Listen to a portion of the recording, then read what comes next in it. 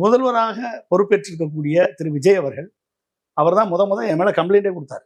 DGP ஆஃபீஸில் அலுவலகத்துக்கு போய் 8 மணிக்கு போய் அந்த கம்ப்ளைண்ட்டை தூக்கி தமிழ்நாடு அரசு என்ன பண்ணுச்சுன்னே தெரியல. அந்த கம்ப்ளைண்ட் மேலே எந்த ஆக்ஷன் இல்லை. கடந்த அரசு எடுக்கல, இந்த அரசு எடுக்கலையே. இந்த அரசு எடுத்திருக்கணுமா இல்லையா? விஜய் கொடுத்த கம்ப்ளைண்ட் வச்சு தானே எடுத்திருக்கணும். என் மேலே எஃப்ஐஆர் போட்டிருக்கணும். ஏன் போடலை? ஏன் சிடி நிர்மலுக்கு மேலே கொடுத்து எஃப்ஐஆர் போட்டோம்? அப்போ என்ன அர்த்தம்?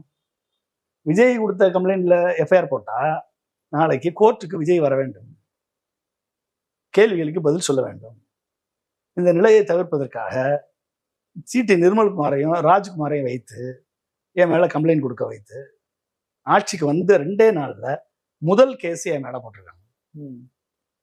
ஓகே, எப்படியாவது முதல் பழிவாங்கும் கேஸ் என் மேல போட்டு பண்ணாங்க. நான் அதை சட்டப்படி அணுகி அது திரு என்ஆர் இளங்கோ, சீனியர் லாயர் திரு என்ஆர் இளங்கோ அவர்களது உதவிய திரு மு க ஸ்டாலின் அவர்கள் எனக்காக ஏற்பாடு செய்து என்ஆர் இளங்கோ மூலமாக எனக்கு கோர்ட்டில் நீதிமன்றத்தில் வாதாடி நீதிமன்றத்தில் பெயில், ஆன்டிசிபேட்டரி பெயில் எனக்கு கிடைத்தது. இப்போ பெயில்ல தான் இருக்கு, கண்டிஷன் பெயில தான் இருக்கேன். நான் இப்போ சைன் பண்ணிட்டு இருக்கேன். இப்போ கடலூர்ல சண்டே போய் சைன் பண்றேன். சென்னையில டியூஸ்டேயும் அண்ட் ஃப்ரைடேயும் சைன் பண்றேன். ஆக்சுவலா இப்போ பெயில் இல்லைன்னா நீங்க நேரம் ஜெயிலில் இருந்திருப்பீங்க. ஆமா, பெயில் இல்லைன்னா நான் ஜெயிலில் இருந்திருப்பேன். அதனால இந்த வழக்கை நான் சட்டப்படி எதிர்கொண்டு வருகிறேன்.